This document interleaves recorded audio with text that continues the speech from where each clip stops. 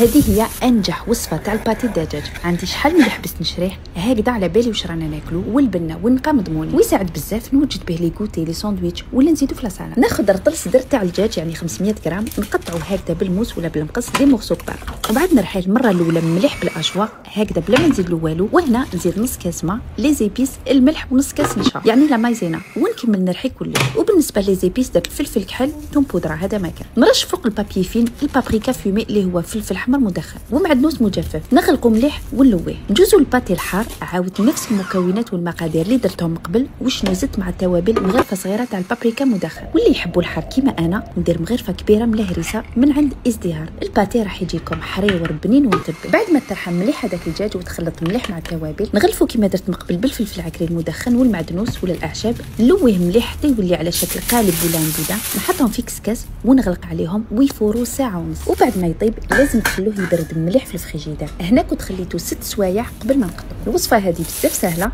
جربوها راح تعجبكم.